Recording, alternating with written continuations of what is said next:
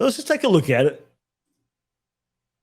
On offense, starting there with Jaden Rashada, your quarterback, a 97.42 rating. Aiden Mazzell, Eugene Wilson, two high-level wide receivers there for the Gators. Roderick Kearney, your offensive lineman, high-level offensive lineman, going to be there probably in that interior, your future right guard, I think, there for the Gators. Trayon Webb, Andy Jean, Najee Harris, Bryce Lovett. That makes your offensive line class right there in the average of 92.41 for the Gators on the offensive side of the ball. Really like what they were able to do at quarterback and receiver. And most of this receiver class was put together without Jaden Rashada in the classroom. Remember that. I think I spoke on that a little bit in the last episode when we were looking at this class. But one more shout out to Kerry Colbert and being able to pull this wide receiver class together when there wasn't much production on the field to kind of say, wow, look at those Gator receivers. And these guys were already in the class. And even after seeing the product on the field, stayed in the class.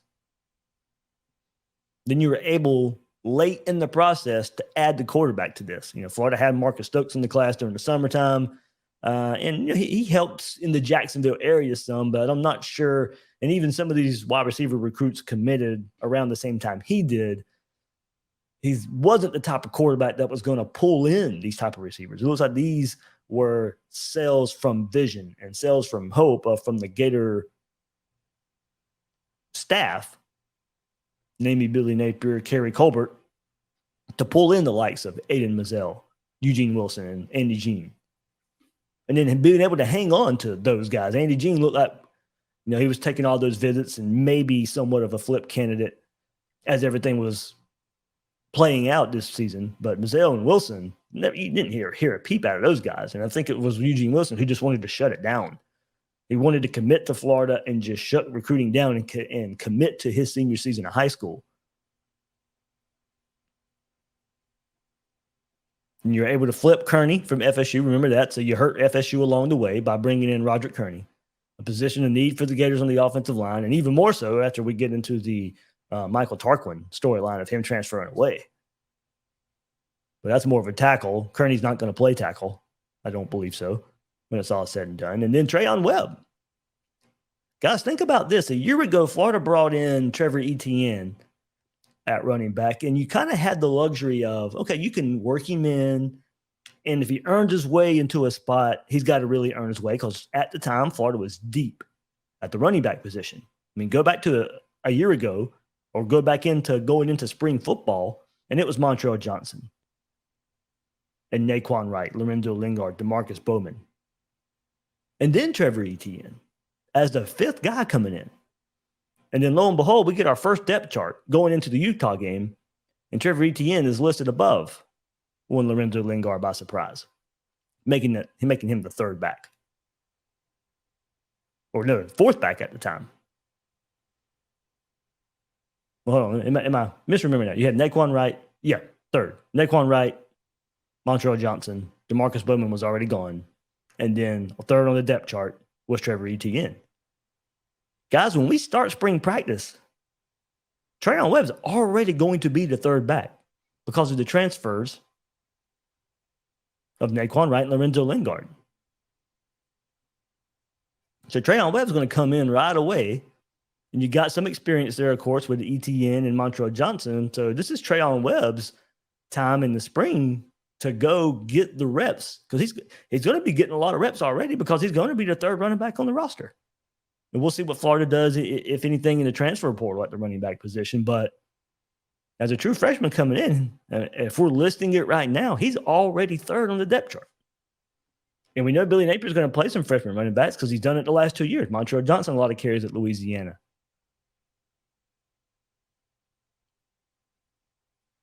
And then Trevor Etienne last year. And two more offensive linemen, Najee Harris, Bryce Lovett. Najee Harris looks like your future center right there for the Gators.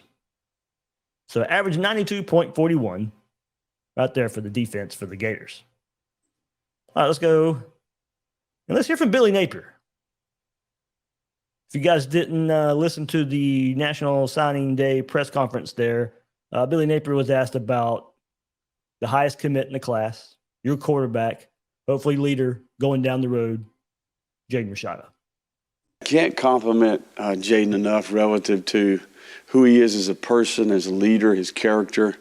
Jaden's a guy who came here, fell in love with the University of Florida, and really connected with a lot of people here, and it was sincere and certainly comes from an unbelievable family. His mom, his dad, his sister,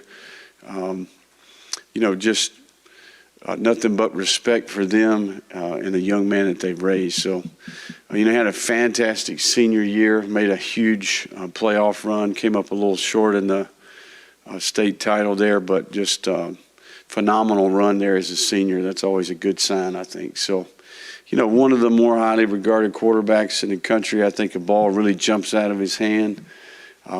He's a junkie. He loves the game. He's all about the work. I think he's got a good, sturdy frame that we can add weight to.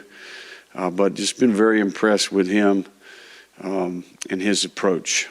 Certainly excited that he's going to be here January 8th, and he's coming down to play an all-star game here soon in the state, and, we'll come right over. So look forward to working with him. And then obviously he made an initial decision to another school. How did you and your staff just work through that, not let that be something that deterred you from continuing to come after him?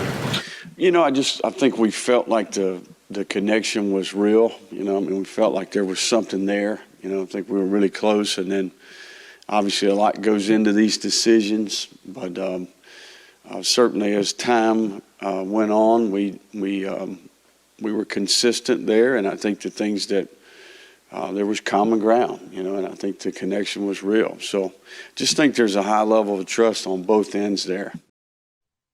There you go. High level of trust there. Billy Napier points to on Jaden Rashada. And look, that's the storyline that I heard the whole time. Even when he committed to Miami, he liked Florida better. And we know everything going on behind the scenes of college football right now in the guise of NIL.